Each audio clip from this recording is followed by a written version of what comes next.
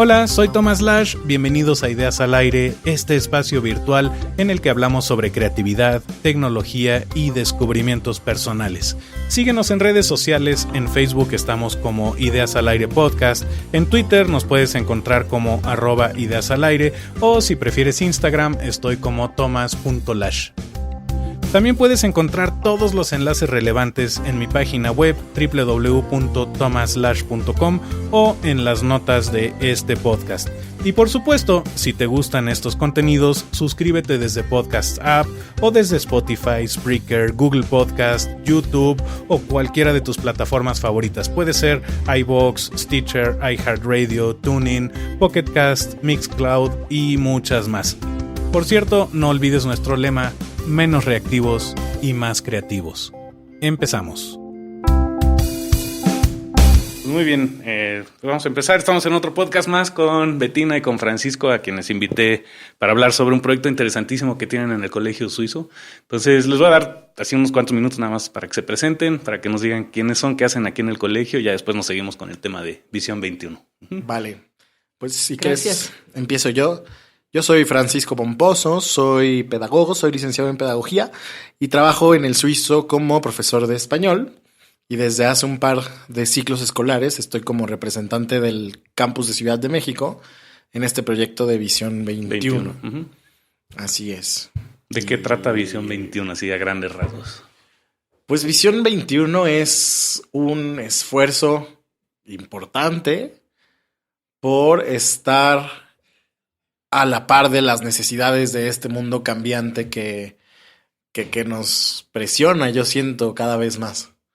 Entonces es un esfuerzo institucional por preparar todavía mejor a nuestros alumnos, a nuestros maestros, y que las puertas se les abran todavía más de lo que ya se les abren. Ok, buenísimo. Bettina. Gracias. Bettina Huber, soy suiza, tengo ya 20 años aquí en México en el Colegio Suizo, empecé como maestra desde hace 9 años en la dirección primaria. ¿Cómo pasa el tiempo, verdad? Híjole. Sí, me acuerdo. Y desde hace 2 años que empezamos con el proyecto Visión 21, me asumí a esa responsabilidad como liderando el equipo. Uh-huh. Bueno, también lo quiero mencionar aquí. Hace tiempo les mandé un mail porque sí creo en este proyecto. Es algo que me da muchísimo gusto, que un colegio en el que yo estudié, estoy aquí desde el kinder hasta la prepa. Tengo muy buenos recuerdos del colegio y siempre se ha distinguido el Colegio Suizo como un colegio que hace cosas innovadoras. Entre otras cosas, Suiza es el país número 1 en innovación en el mundo. Y me da muchísimo gusto ver que están haciendo este tipo de cosas que no tendrían que hacerse. La escuela está rankeada como una de las mejores en casi todas las formas de medirse, y sin embargo a ustedes les quedó esa inquietud de que se puede hacer algo mejor, se pueden cambiar algunas cosas, y de ahí surgió este proyecto. Entonces les escribí un mail agradeciéndoles por hacer esto, y en otro sentido también porque creo en este tipo de cambios. Como docente me gusta mucho que haya gente que cuestione lo que está funcionando y trate de hacer algo mejor. Entonces también a ti te quería preguntar, Bettina, para ti, ¿qué representa Visión 21? Ya después nos vamos un poquito a cómo surgió la idea. Mira, para mí lo que representa es realmente analizar y respetar todavía mucho más las necesidades de los alumnos. Uh-huh. Y ponerlos mucho más al centro en su responsabilidad del aprendizaje, pero también en tomarlos en cuenta y creerles lo que quieren y están aprendiendo, porque yo estoy convencido en sí que un niño o adolescente en sí quiere estudiar y quiere aprender. Quiere aprender. Ajá. Sin embargo, con los sistemas escolares muy generalizado hablado, a veces no lo fomentan. O incluso entorpecemos involuntariamente el proceso de aprendizaje porque creemos que nuestra responsabilidad es educar más que cerrar este ciclo de aprendizaje. Y lo que tú mencionas, que a pesar que vamos muy bien, porque en efecto como colegio en ese mercado nos va muy bien, fue un primer paso clave de convencer a directivos que a pesar que nos va bien, hay posibilidades de pulir y mejorar. Uh-huh. ¿A quién se le ocurrió la idea? ¿Fue algo que surgió de los alumnos? ¿Surgió de ustedes? ¿Cómo fue que se les ocurrió la idea de empezar con estos cuestionamientos que finalmente se convirtieron en Visión 21? Yo creo que fue algo como muy orgánico. de repente surgió como esta inquietud de cuestionar el sistema o la manera en la que se, pues por así decirlo, entre comillas, administra la educación. Y creo que los directores escucharon esa inquietud y dijeron, está haciendo ruido, quieren cambiar las cosas, pues les vamos a dar tiempo y espacio para que nos presenten algo. Y entonces se convirtió en un proyecto pues totalmente, o sea, como de alto impacto y bastante profesional. Pero creo que fue más o menos así como. Sí, en como efecto. empieza. Yo creo que lo que mencionas, Frankie, es muy importante porque hubo apertura de un inicio de escuchar. Por parte de la dirección. De parte de la dirección. Y creo que es una característica en sí del colegio. Sí.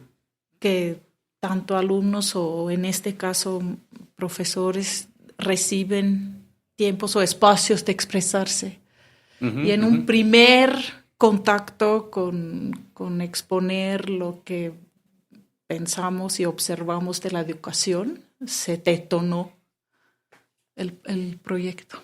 Digo, lo que conozco el colegio es famoso por ser muy estricto con los alumnos, de aplicar muy bien las reglas y a la vez un rendimiento académico altísimo también. Entonces, por otro lado, yo lo que viví y también lo que veo con mis hijas es el enfoque en el individuo, en dejarlo ser, tratar de desarrollar la creatividad en muchas áreas. Y digo, como aquí hablamos mucho de creatividad, también es algo que le agradezco al colegio porque finalmente despertó en mí esa curiosidad de buscar a qué me puedo dedicar en la vida. Y parte de lo que estamos haciendo ahorita de grabar un podcast es eso, ¿no? El poder juntarme con gente a quien admiro, a quien respeto, platicar de estos temas interesantes e importantes. Fue algo que, digo, fue un desarrollo muy largo a través de muchos años, pero en esencia es esa búsqueda, esa curiosidad que desde niño siempre se impulsó aquí en el colegio. Entonces, pues no sé, ¿cómo fue que, digamos, después de que ya anunciaron el proyecto, ya les dieron tiempo, cómo fue que tomó forma? ¿Por qué fue que se animaron a invertirle tiempo a ustedes? Que es tiempo limitado, que no siempre tenemos disponible.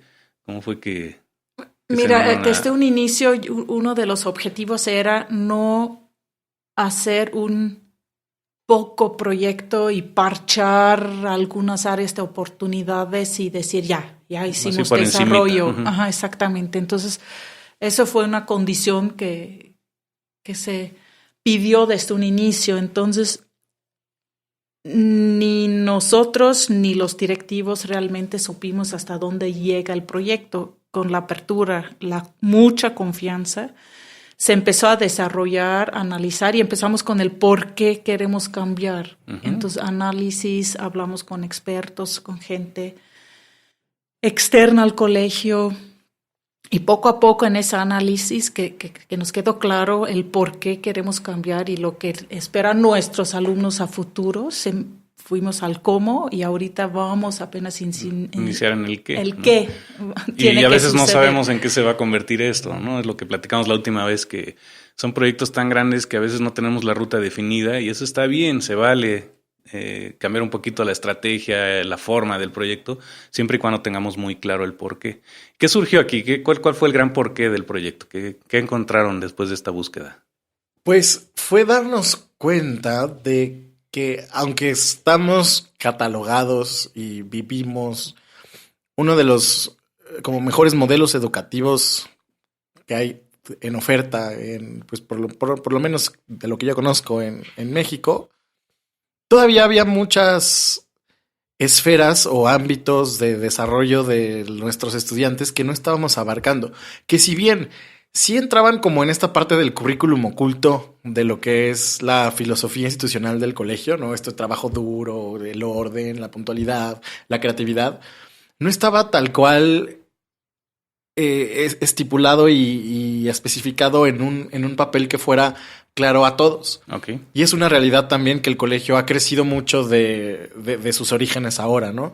Quería rescatar también la importancia que, si no me equivoco, creo que es de los primeros proyectos que trabajan en conjunto desde su origen los 3 campus del Colegio Suizo, que eso son Ciudad de México, Querétaro y Querétaro. Entonces, sí, está siendo muy interesante esa preguntabas, ¿no? ¿Y por qué el equipo? Pues sí, creo que buscamos que fuera diverso y que hubiera distintas fortalezas en quienes conformamos el equipo, pues para avanzar más rápido. Sí, como en cualquier proyecto no se trata que todos estén de acuerdo, es proponer diferentes Sí, eso ideas, es discutir interesante. mucho, poner cosas sobre la mesa, descartar algunas ideas.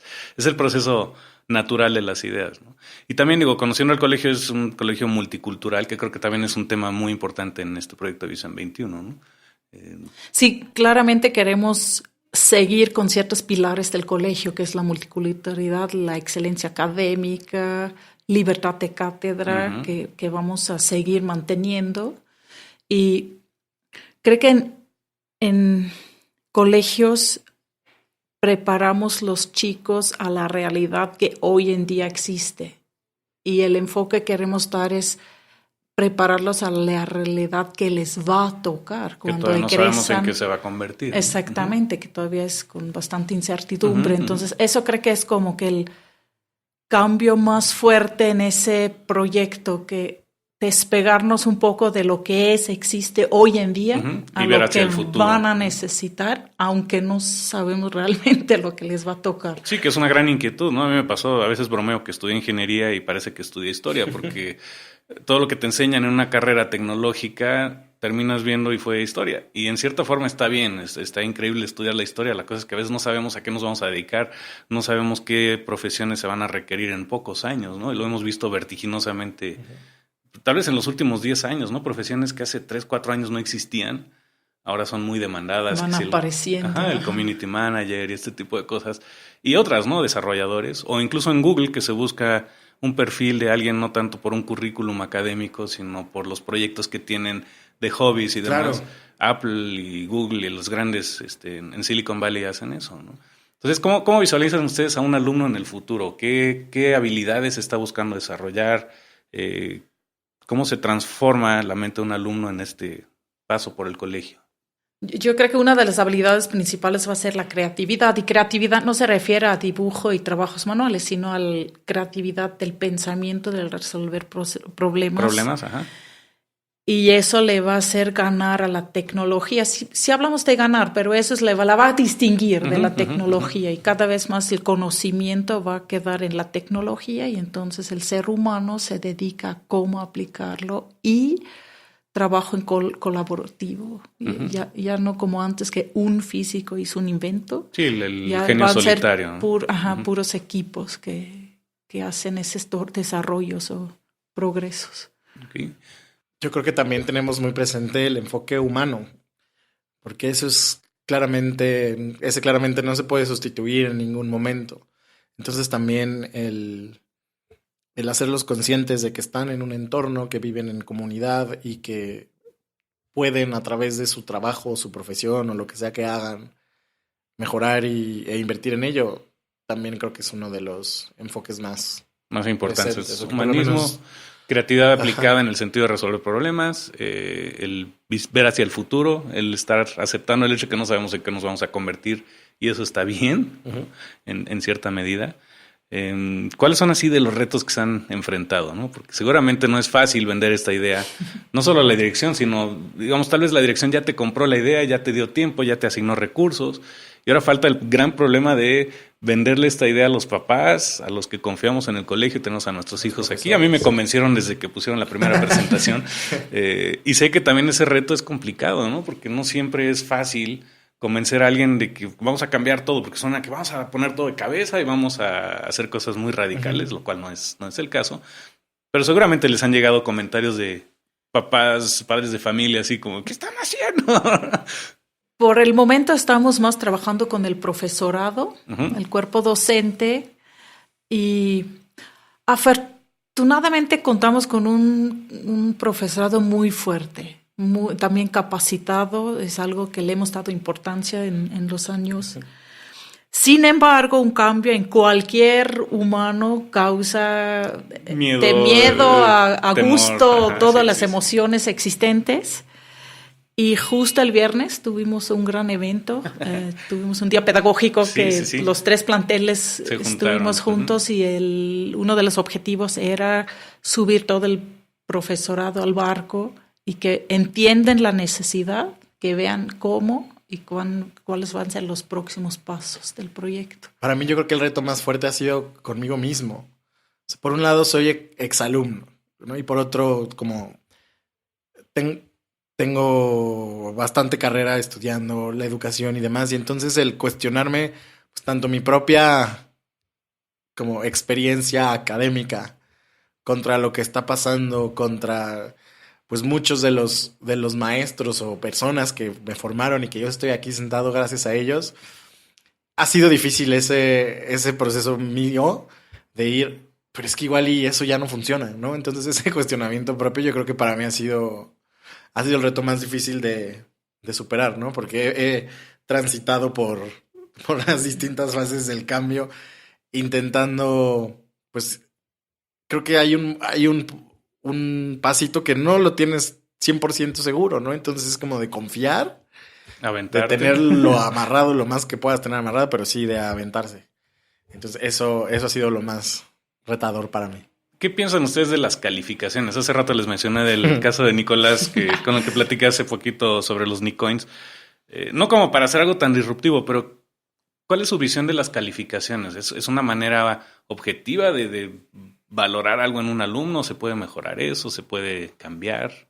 Para mí el tema todavía ni siquiera es la calificación, sino qué estás evaluando y por qué lo estás evaluando. Okay. O sea, a final de cuentas creo que decidir si se hace con números o con palabras o con caritas felices o indicadores de desempeño, creo que eso se decide sistemáticamente y tienes que ver la manera de que no desmotive, ¿no? Y también porque tiene que ver con cada maestro, ¿no? suyo. Cada quien tiene su estilo, su manera de conectar con los alumnos, etcétera. Pero creo que lo que tenemos que empezar a rediseñar o a cambiar de esta parte de la evaluación es pensar que estamos evaluando, ¿no? Normalmente te concentras como en conceptos o en habilidades o en competencias muy específicas y muy concretas que, aunque parezca redundante, terminan desfasadas de la vida real. Entonces creo que el cuestionamiento desde como yo lo veo, porque esas juntas todavía no las hemos tenido, todavía no discutimos el tema de la palabra clave es estandarizar, de la y tal vez evaluación, es lo que no queremos, ¿no? Tal vez no queremos estandarizar a todos con la misma rúbrica o con la misma regla. A mí me cuesta mucho trabajo, es un poco como con mis hijas, que el dilema ético, legal, familiar de las trato igual a las dos, las trato diferentes, son personas diferentes, tienen inquietudes diferentes. Un poquito eso, ¿no? O sea, si aplicamos las mismas reglas siempre, tal vez no soy suficientemente justo con ellas. Y lo mismo pasa con los alumnos, que a veces las necesidades de un alumno son diferentes que otras, algunos tienen más inteligencia social, algunos más matemática, etcétera. Entonces, yo creo que no es lo más correcto encontrar una rúbrica que estandarice a todos, sí, no, sino que saque el mayor potencial de cada uno. Exacto. De los alumnos. Lo que yo creo que tiene que pasar es tener como muy claro ese perfil de egreso que queremos en los alumnos, y entonces que lo que decidas evaluar sí esté encaminado hacia ese perfil, pero no todos al mismo tiempo en la misma meta. Okay. ¿No? Creo que varía. Bueno, no sé. No, sí, yo estoy muy de acuerdo. Que no tengamos una respuesta, ¿no? Es algo que yo he platicado con muchos docentes y nos inquieta un poco el tema de las calificaciones, ¿no? Justo antes de empezar esto, yo mencioné algo así, que estoy ahorita en etapa de calificaciones y que es esa parte que, aunque me encanta dar clases, ese tema no es de lo que más disfruto. Para mí tienen varios puntos muy criticables. Sin embargo, nos falta el paso de definir entonces cómo lo vamos a resolver. Pero uno es, muchas veces desmotivan, como a los plenos alumnos les motiva. Hay un factor de desmotivación. Otro, aprenden para la calificación, que no debe ser ningún objetivo. Y el tercero, que permiten crear lagunas. Quiere decir, si repruebas un examen, lo probaste, entonces ya ni modo, haz algo mejor en el siguiente examen, pero el aprendizaje se quedó atrás, exactamente. Entonces, en transcurso de los años, hay alumnos que crean lagunas, reprobando y de panzazo pasa. Entonces, eso para mí son 3 factores que tenemos que analizar y encontrar cómo resolverlo para que, en vez de desmotivar, puede ser un factor motivante y proponen o busca mucho el aprendizaje. y el proceso del aprendizaje y toma en cuenta, como tú dices, ¿no? Los El perfil de diferentes egreso, factores ajá. y no solo va sobre un resultado. Sí, a mí me pasa mucho que invito a mis alumnos a, yo le llamo hackear el sistema, es tratar de encontrarle fallas, porque justamente eso, puedes encontrar maneras de cómo caerle bien al profesor y pasar la materia porque le caíste bien, Ajá. o porque te memorizaste todas las respuestas, o porque cumpliste con todas las reglas del Tarea. juego, que finalmente es, sí, hackear el sistema y a final de cuentas no se da ese ciclo de cerrar la parte de los objetivos de aprendizaje que se dan en el alumno, ¿no? Que es uno de los puntos fundamentales. Yo no tengo la respuesta. Eso es un gran tema, porque eso es algo que, pero tanto los maestros como los papás, sobre todo, tienen como muy Arraigados. aprendido, porque Ujú. en nuestra época como estudiantes o alumnos fue un gran factor, Sí. que tengas buenas calificaciones. Y Entonces, se medía la calificación individual de cada uno de los alumnos, competías de alguna forma contra los demás. Y también todos estos prejuicios, ¿no? De que si eras el matadito del grupo, pues entonces te buscabas la burla de otros o tal vez ya no te comunicabas con ciertos de los otros alumnos. O sea, pueden haber muchos mitos y leyendas al respecto que se quieren, también se buscan cambiar ese tipo de cosas, ¿no? Y digo, lo veo con mis hijas. Una de ellas es muy de seguir reglas, de seguir la parte académica y le encanta esa cuestión de cumplir con las cosas, y la otra es un poquito más disruptiva, más de cuestionar las cosas, y está perfectamente bien. La cosa es que entonces cómo las tratas a las dos, ¿no? ¿Qué vivencias, o sea, qué anécdotas han vivido así de alumnos que los han hecho realmente reflexionar sobre si las calificaciones son la manera correcta de evaluar? lo que yo observo ahorita hablando sobre todo de primaria, cada vez más veo los profesores que involucran a los alumnos en las calificaciones. Quiere decir, en un trabajo de proyecto, no solo la maestra evalúa, sino hacen una autoevaluación y evalúan a su equipo. Como un peer assessment. Entonces eso les hace ser más crítica ante su trabajo, ante una calificación. Y ese desarrollo me gusta porque involucra y les hace pensar, ¿no? Los hace más objetivos también, ¿no? De comparar, bueno, si me ponen una calificación que no era favorable o que yo consideré que pude haberme sacado una mejor calificación, leyendo los trabajos de los demás o evaluando a los demás, te hace entrar en razón. Bueno, tal vez sí el maestro tenía razón de evaluarme de esta forma, ¿no? Y también invitamos a los papás que en vez que presionan sobre una calificación final, estén acompañando en el proceso, en el aprendizaje. Y a la final ya es demasiado tarde tomar medidas. Y sí, poco a poco. Es un proceso bien delicado y complejo. Un poco lento. Y a la vez muy motivante. Yo creo que es uno de los temas interesantes porque justamente los que tenemos vocación para esto, no es fácil pararte frente a un grupo y tratar de orientarlos, hacerlos buenas personas. A veces nos autoasignamos roles que no siempre nos corresponden. Incluso también seguramente les ha pasado que tienes algún alumno al que le tienes que decir no hagas la tarea o no entregues porque estás desperdiciando tu día en otras cosas. No sé, hay muchas facetas complicadas, complejas, interesantes que tenemos que atender como docentes. Y no sé, alguna anécdota así que te haya pasado a ti, por ejemplo, Francisco, de que das clases de pedagogía. Pues recuerdo mucho en algún momento impartir una materia que se llamaba Intervención en Sistemas Educativos Informales, que justamente se trata de encontrar la educación donde no hay una figura de un maestro y cómo en ciertas experiencias de la vida uno puede de verdad desarrollar competencias o hacerse mejor sin la necesidad de una planeación didáctica o de un examen y demás, ¿no? Un PowerPoint. Exacto. Y no obstante, pues la universidad te exige como hacer exámenes y tener evidencias, y entonces ese choque de ¿cómo si estamos diciendo que esto se puede y la materia es de esto, nos evalúas de esta manera? ¿No? Entonces como, o sea, y luego llevar eso a cómo hago la evaluación coherente para las expectativas, pues ya no nada más de los de la universidad, ¿no? Sino también de los de aquí. Porque al final como que la idea del examen se generaliza. Y creo que son muy pocos los maestros que logran hacer de la evaluación algo como personal, ¿no? Y entonces ya es parte de la relación alumno-maestro y no como una cuestión estandarizada. Entonces yo creo que va un poco más hacia allá, como a que la evaluación sea hasta cierto punto acordada y clara en cuanto a para qué es y cómo funciona y qué estás logrando tú como maestro y tú como alumno al participar de ella. Sí, este tema de involucrar a los alumnos ayuda a que los alumnos también sean no solo responsables, sino que justamente puedan, si no negociar, por lo menos pelear esa calificación, si le quisiéramos llamar de una forma, o aceptarla como es y tener una retroalimentación que te puede servir a largo plazo. Sí, bueno, yo creo que el factor de reflexión sería muy importante. Okay. Debería ir junto con una calificación, un factor de reflexión. ¿Qué pasó y por qué? ¿Cómo puedo mejorar? ¿Qué puedo cambiar? ¿Qué puedo hacer diferente? También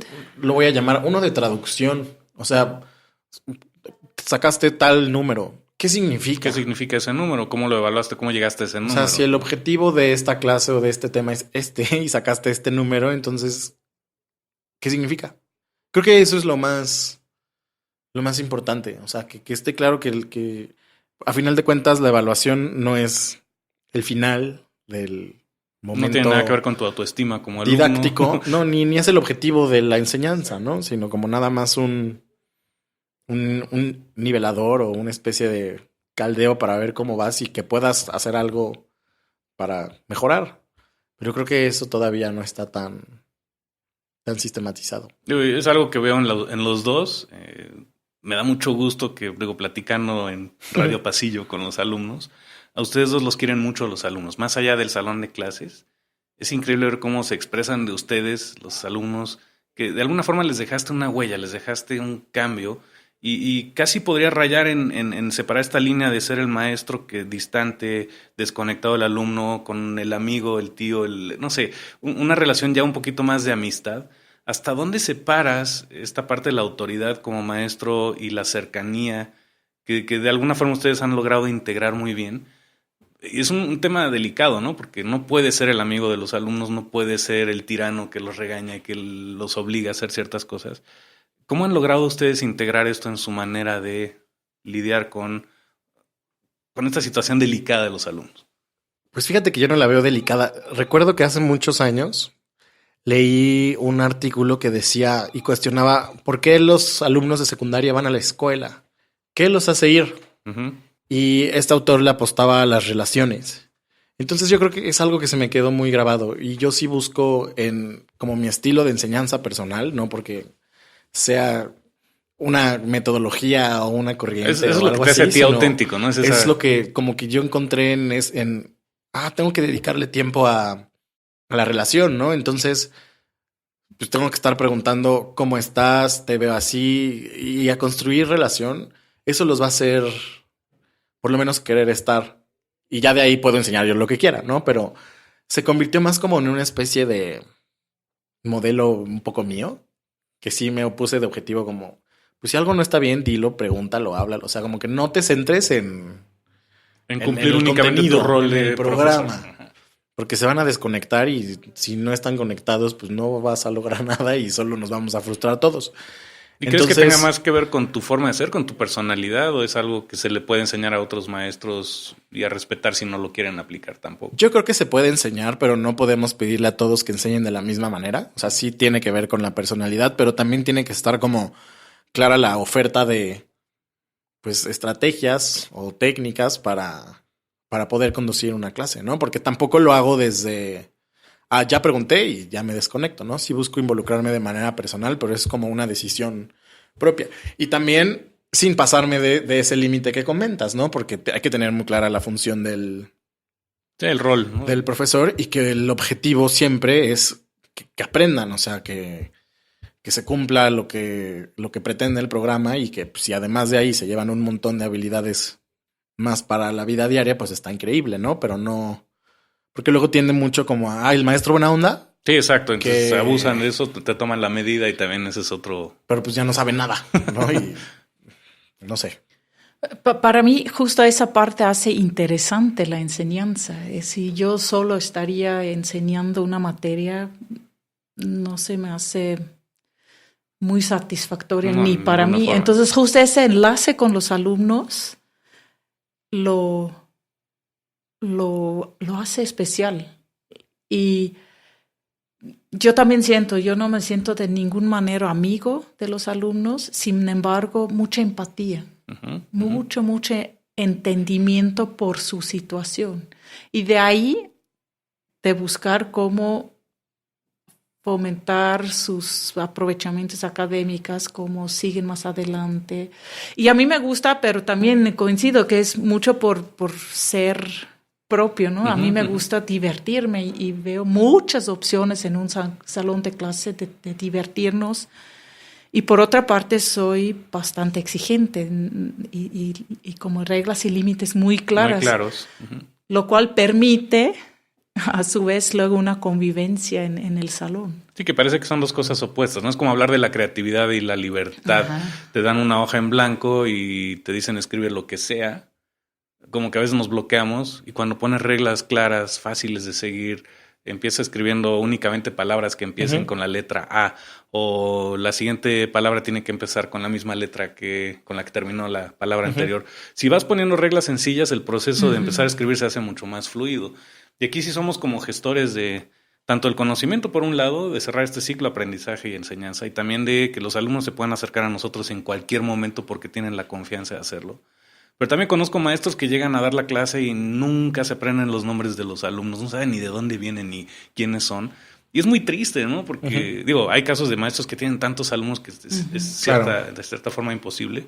Pero ustedes conocen requeten a cada uno de los alumnos, conviven con ellos más allá de simplemente el salón de clase. Y eso es increíble también. Y yo creo que también es algo que la escuela ha propiciado desde siempre. Sí. O sea, porque sí recuerdo mucho tener como esta, incluso ya habiendo egresado de aquí, como esta claridad y seguridad de saber que si yo buscaba a cualquier maestro, me iba a echar la mano. O sea, como podía pedirles ayuda, incluso en lo que no tenía que ver con la escuela, ¿no? O sea, como que ha sido mi pregunta más grande a lo largo del trabajo de Visión 21. Es como, ¿qué hace que el suizo funcione también en lo que destaca? Y me cuesta mucho trabajo poderlo como decir, pues es esto, es esto, es esto, es esto. Sí, el otro día me platicabas algo de que, bueno, una teoría es que darle suficiente libertad a los alumnos, otra es empoderarlos, otra es igual fomentar libre pensamiento en los maestros. O la formación de maestros en Suiza, que de cierta manera consolidó un poco lo que fue el suizo en sus inicios y entonces se mantuvo y permeó, ¿no? O sea, no sé. Yo también creo que es mucho un ambiente que hemos logrado aquí en el suizo, de eso como reglas, límites, pero por otra parte libertad y escucha. Creo que tiene mucho que ver empatía con escucha. Y yo lo observo mucho cuando vienen maestros de otros colegios nacionales y les cuesta mucho entender, sienten que aquí no hay ningún límite porque no hay uniformes, no se forman para entrar a salón. Pero a su vez hay mucha disciplina, entonces les causa muchísimo ruido. Un conflicto. Exactamente, entender cómo eso va junto. Y poco a poco, cuando como que lo viven, les encanta. Creo que otra fortaleza es que siempre se pone la persona por delante. Como en las decisiones que se toman, siempre se busca como cuidar, respetar la individualidad. Entonces sí, o sea, eso ya me toca más como maestro, como de ver que las juntas de calificaciones no son como chamba administrativa, sino de, ¿y cómo va? ¿No? O ¿qué es lo que... ¿Qué has observado? Y qué es lo que necesita. Y entonces cada maestro da como su punto de vista desde lo que ocurre en su salón y entonces ya se construye como un panorama general y se decide. Es como poner al alumno al centro, ¿no? Suponemos aquí al centro de la mesa y cada quien da su punto de vista con una perspectiva diferente. Eso te da, como dice, un panorama mucho más completo. Y también como les damos oportunidades, ¿no? Como que buscamos que si por alguna otra razón no van como quieren o deben, tratamos de encontrar qué es el origen de su situación actual. Sí, no quedarse nada más en la calificación, sino buscar en qué puedo ayudar, en qué puedo aportar, en qué puedo, si no asesorar, porque a veces tampoco se trata de eso, en qué puedo realmente fomentar a que se resuelva el problema de fondo. Y creo que también es muy importante que los alumnos tienen muy claro que un sí es un sí y un no es un no, porque no es una rebatinga, sino dentro de ciertos acuerdos tomamos en cuenta cada personalidad. Y, como dices, respetando esos límites, ¿no? Aquí el suizo es famoso por la puntualidad, ¿no? Si el papá llega tarde a dejar a su hijo 1 minuto tarde, no entras a la escuela. Y no es problema del niño, es problema del papá que no llegó a tiempo. Y a veces queremos matar al mensajero cuando el mensaje no nos gusta, pero ustedes son súper claros en eso. Y qué bueno, porque también eso va fomentando disciplina y va formando de alguna manera muchos hábitos a lo largo de la vida de un alumno. No sé, me quedé pensando ahorita, ya ves que en Disney no le llaman empleados a sus empleados, le llaman miembros del elenco, ¿no? Se valdrá tal vez, en vez de llamar alumno a un alumno o aprendiz, pensar en otro nombre o en otra manera de referirnos a los alumnos. Eso fue un gran tema también el proyecto 21, porque muchas palabras ya traen una carga atrás. Entonces ya nos topamos con diferentes términos que dijimos, y si lo modificamos para quitarle la carga que viene atrás. Supongo que todo esto viene en el perfil de egreso, ¿no? El buscar un perfil de egreso que no vaya con... O sea, las palabras que se escogen tienen que ser muy cuidadas, muy pensadas, muy bien determinadas para justamente no caer en estos prejuicios de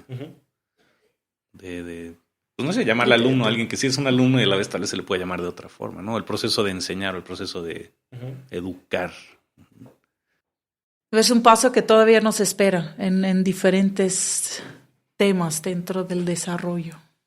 En sí estamos pensando, redefiniendo rol del maestro, rol del alumno, y eso a su vez nos lleva a qué necesitamos de infraestructura alrededor para que eso lo podamos se pueda lograr. Lograr, exactamente. Y mencionaron que la aceptación por parte de los docentes ha sido buena, ha sido, digamos, positiva. Y también ha llegado a pasar, a mí me ha tocado que escuelas que cambian constantemente de tecnología. Ahora usas, no sé, Moodle, luego usas Blackboard, luego usas Google Classroom. Y también muchos maestros tienen esa resistencia, ya cambié y otra vez me pides volver a trabajar con algo nuevo. ¿Han llegado a percibir eso ocasionalmente en algunos maestros o prácticamente no? Pues yo no. Creo que hemos sido muy cuidadosos de no brincar de uno a otro y hacer cambios radicales. Y seguir, o últimas modas en el mercado, sino siempre nos damos un tiempo de analizar si realmente queremos una implementación o no. Sí, que creo que muchas escuelas han caído en esa moda o en esa tentación de adoptar la última tecnología y simplemente porque está de moda y no pensar todo lo que hay en el trasfondo, ¿no? Sí, no, nosotros como resolvimos esa parte fue pensar primero en el fundamento, en lo que queremos que los alumnos tengan, desarrollen, hagan. Y entonces a partir de ahí, ¿cómo empata eso con la tecnología existente? Pero no sería como redundante formarlos para las tecnologías actuales. Si en un poquitito tiempo eso ya no tarda en volverse obsoleto. Y tal vez también tiene que ver que para nosotros la tecnología es absoluta y totalmente una herramienta. Claro, sí, tiene que ser. Entonces, no es el factor principal en ningún momento. Sí, porque hay muchas escuelas que todos los alumnos con una laptop o con un iPad y sí es parte de la tecnología y no es una herramienta, como dices, no es un factor decisivo. Muchas veces digo, yo lo he visto, yo prefiero apuntar a mano. El proceso creativo a veces se cierra más escribiendo a mano que escribiendo en una computadora. A veces el simplemente sacar las ideas, es escribirlas, pero no escribirlas, sino grabarlas, es otro proceso, ¿no? Entonces hay muchas variantes de usar la tecnología sin que se vuelva un estorbo para el proceso de aprendizaje. Claro, y el punto está en qué de la tecnología puedes usar que no te permite usar, o sea, que no te permite crear al mismo ritmo, de la misma manera, sin la tecnología, ¿no? Tenemos claro que el enfoque es en ese extra, en lo que te permite como transformar lo que estás haciendo en un producto, en un objetivo, en un aprendizaje que no sería igual sin el apoyo de la tecnología. Claro, por supuesto. Y yo veo, sí hay ciertos miedos porque los jóvenes dominen más la tecnología que tú como maestro. Entonces justo ahí va el trabajo en el rol del maestro y que se permite no saber y que estás muy bien en no saber. Y creo que también que se permite aprender. Y que junto con ese proceso va una capacitación. Y es increíble cuando los alumnos te enseñan cosas y ellos están con la libertad de... O sea, tú admitir esa vulnerabilidad, que es muy difícil. Y creo que prácticamente todos los maestros aquí tienen esa humildad de aceptar que no saben. porque eso permite que el alumno te enseñe, lo involucras, lo haces partícipe de este ciclo, de cerrar este ciclo de pues, enseñar. Aunque creo que no está padre como tampoco tener la disposición a aprender, ¿no? Pasa mucho como ya el que no, nunca, y entonces llega y así, al alumno, ya tiene el alumno que le va a pasar la lista o que le va a conectar o que le va a... Y entonces como que rechaza un poco ese mundo y ese punto de encuentro con el alumno, ¿no? O sea, yo creo que sí está padre el reconocer que no lo sabemos todo, pero también el hablar el mismo idioma y no nada más como dicen en inglés, que el embrace, otro te ¿no? resuelva, sino que también se pueda convertir en el que te enseña. Claro. Y entonces ya tú lo puedes conectar muy bien la siguiente vez. Creo que también está... Sí, sí. Y justo eso nos llevó a quien le toca o le recibe IPA para trabajar, se compromete a capacitaciones. Sí, porque finalmente es un dominio de una herramienta, ¿no? Exacto. Es como si no supieras usar un pizarrón y un borrador o un GIS. Sí, una pluma. ¿No? Quisiera también aprovechar la oportunidad, si se puede, que, no sé, nos den algún dato de contacto. Si la gente le interesaría más, averiguar un poquito más de Visión 21, sea dentro o fuera del colegio, ¿cuál sería el camino correcto para contactarlos, ya sea a ustedes o al colegio? Pues tenemos un correo electrónico que es vision21@csm.edu.mx, que nos llega a todo el equipo. Entonces ahí podemos juntar la información y ya vemos quién responde. Ok. Y pues siempre quiero jugar un poquito esto. A casi todos los podcasts les pregunto máquina del tiempo. Me gustaría que nos transportáramos como si pudiéramos viajar en el tiempo al pasado y que, no sé, ustedes, ya sea que se den un consejo o que se vean a ustedes mismos hace tiempo y qué consejos se darían a ustedes o a un maestro, qué buscarían ustedes hace 10, 15, 20 años. Lo que yo disfruté muchísimo con un maestro muy específico secundaria, yo me sentí visto y me sentí un alumno y no alguien de. No un objeto, ¿no? Objeto o un número de, sino me sentí visto y es algo que creo que hoy conscientemente es algo que yo trato de hacer como maestra también, realmente ver y tratar a los alumnos como único. Ok. Yo también viví eso con Herb Ullman y muchos otros maestros que era... Él nos daba química. De química no aprendí gran cosa. Pero es ese elemento de hacerte notar, darte esa palmadita en la espalda cuando tal vez nadie, o tú percibas que nadie creía en ti. Y de la nada alguien como estos maestros, estos verdaderos maestros con vocación te hacen notar que sí lo vales, que sí puedes, que... o reconocen exacto, reconocimiento, actitud, están al pendiente. Tuyo, exacto. Conocimiento, lo que sea. No sé, yo así como consejo probablemente me diría como busca conectar todavía más con tus maestros. O sea, ahorita se están convirtiendo en... No sé qué hacen que lo hacen tan bien. E igual y si yo hubiera puesto más atención o me hubiera acercado más, ahorita tendría más respuestas a preguntas esta duda. Ajá.